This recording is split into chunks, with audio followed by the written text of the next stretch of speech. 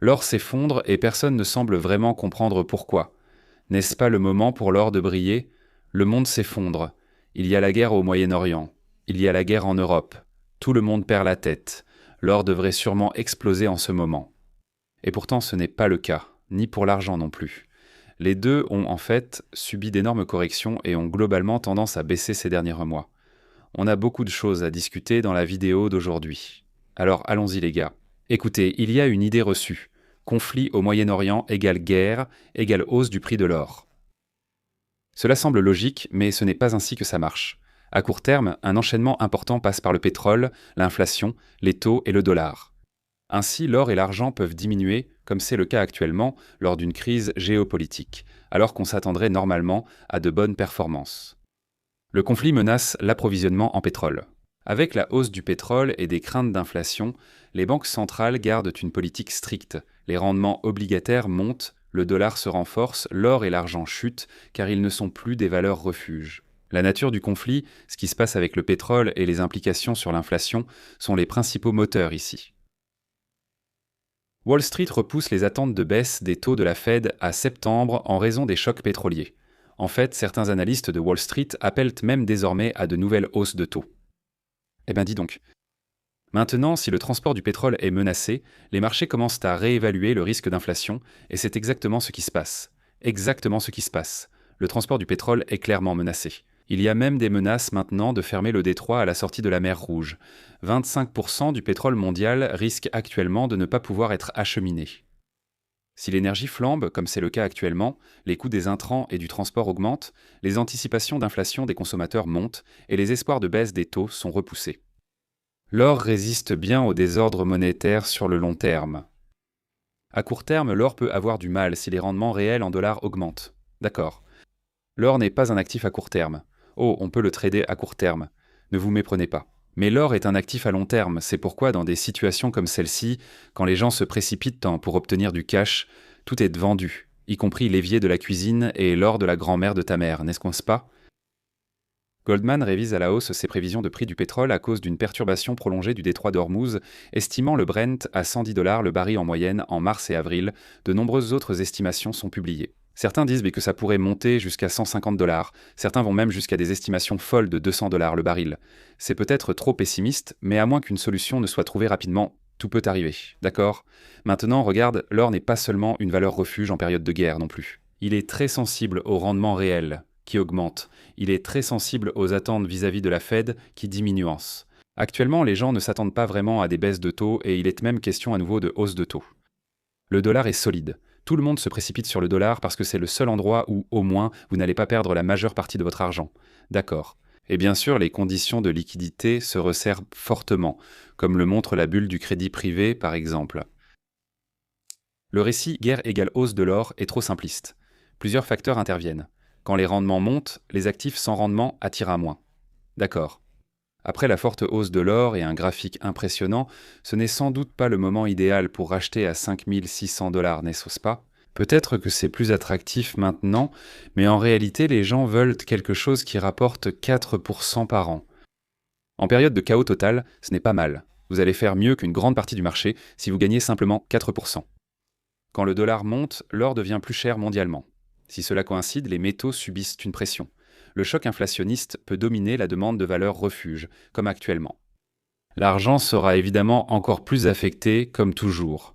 Certains deviennent fous au point de faire la queue pour l'acheter à 120 $. Repose en paix, mec, versez en une pour lui. L'argent a toujours été un actif très volatile, inactif durant des années, puis explosant soudainement. C'est ça l'argent, mec. Marché plus petit, moins liquide, plus volatile, protection moindre contre la baisse, l'argent chute plus que l'or et la demande institutionnelle est plus faible. D'accord. La leçon des années 1970. Parlons un peu d'histoire, les gars. La crise pétrolière de 1973 a montré que les chocs énergétiques peuvent relancer l'inflation, et c'est exactement ce qu'on vit en ce moment. Préparez-vous à une forte inflation si ce problème persiste plus d'1 ou 2 semaines. Nous avons très peu de temps pour éviter des conséquences en chaîne qui pourraient tout casser et condamner tout le monde partout. L'inflation peut pénaliser actions et obligations. La flexibilité des politiques peut vite disparaître. Les actifs tangibles peuvent surperformer durant le régime, mais pas forcément dès le début. D'accord. C'est un actif à long terme qui évolue lentement. La crise énergétique actuelle du Golfe est plus grave que les chocs pétroliers des années 1970. Aujourd'hui, instabilité au Moyen-Orient, menace sur le transport pétrolier, hausse de l'énergie, risque d'inflation, marge réduite des banques centrales pour soutenir les actifs financiers. Maintenant, avant de poursuivre la conversation, les gars, les prix de l'or et de l'argent ont pas mal baissé. Si vous cherchez un endroit fiable pour acheter de l'or et de l'argent, regardez Bullion Star. Il y a un lien juste en dessous. D'accord, j'ai déjà acheté de l'or et de l'argent ici, et vous pouvez payer avec des cryptos, ce qui est vraiment génial. D'accord, donc à Singapour, pas de taxes, pas de déclaration, juridiction très stable, loin des folies du monde, d'accord? Des frais bas et des frais de stockage vraiment très faibles. Donc vous pouvez réellement y stocker votre or et votre argent, l'une des juridictions les plus sûres au monde, d'accord? Payez des frais très faibles pour cela, puis acheter et vendre directement depuis le coffre. Et encore une fois, quand vous avez ces profits en crypto, si vous voulez les mettre à l'abri, vous pouvez simplement acheter de l'or et de l'argent en payant directement avec votre crypto. Plutôt cool, non? Un lien ci-dessous si vous souhaitez ajouter des métaux à votre stratégie de diversification à long terme. Cela pourrait être la méthode recherchée. Jetez-y un œil, merci beaucoup. Cette vente massive est un événement de liquidité. Les fonds macro réduisent leur exposition, les modèles systématiques réagissent aux signaux des rendements et du dollar. Les positions à effet de levier sont réduites et les acheteurs arrivés tardivement pour suivre la hausse sont piégés. C'est différent d'un véritable effondrement de la demande structurelle. D'accord? On voit encore une fois tout le monde se précipiter vers la sortie et vers le dollar, pas forcément vers l'or, n'est-ce pas? Aussi, souvenez-vous, l'or papier n'est pas de l'or physique. Comme ce que vous achetez chez Bullion Star, ça c'est du vrai, n'est-ce pas? Ce sont de vraies pièces qui sont stockées dans un coffre quelque part. La plupart des gens, une grande partie du marché, c'est en fait de l'or papier. Et bien sûr, l'or papier est touché en premier. Ce sont les contrats à terme, les options, les produits dérivés, les produits à effet de levier, les positions spéculatives. Vous savez, les humains ont vu la beauté du monde. On a décidé de créer des contrats à terme, des options, des produits dérivés, des produits à effet de levier et des positions spéculatives. Qu'est-ce qui ne va pas chez nous? Qu'est-ce qui ne va pas chez nous en tant qu'espèce? Je ne comprends même pas. Lors d'une liquidation sur l'or papier, les prix chutent vite, l'intérêt ouvert et l'effet de levier se réduisent, et le discours devient rapidement baissier. On le constate déjà. D'accord. C'est fou. C'est fou. En résumé, que surveiller désormais? Le pétrole. S'il continue d'augmenter, la pression inflationniste reste et c'est négatif pour tous les actifs risqués mondiaux. D'accord. Pas seulement votre Bitcoin, pas seulement vos actions technologiques, tout. D'accord. Si le dollar américain continue de se renforcer, l'or affronte un nouvel obstacle avec les rendements à 10 ans, les rendements réels. Si les rendements montent, les métaux resteront sous pression. Tout cela arrive en même temps. D'accord. Ce n'est pas bon. C'est comme ça. Qu'est-ce que les traders ont mal compris? Mauvais cadre d'analyse. La guerre a commencé, acheter de l'or. C'est logique, mais cela ne marche pas cette fois en raison du risque d'inflation et de la crise pétrolière unique dans le détroit d'Ormuz. Analysez le cadre. Ce conflit entraîne-t-il un choc énergétique? Ce choc augmente-t-il l'inflation? Retarde-t-il l'assouplissement et provoque-t-il une hausse des rendements? Cela renforce-t-il le dollar et réduit-il la liquidité? Et l'argent? Il fait toujours partie des actifs tangibles, mais représente une version à bêta plus élevée. L'argent peut surperformer quand la liquidité s'améliore. L'or stabilise les rendements face à l'inflation et la dynamique des métaux revient. J'aime l'argent et l'or, je suis fan des métaux, je les trouve cool.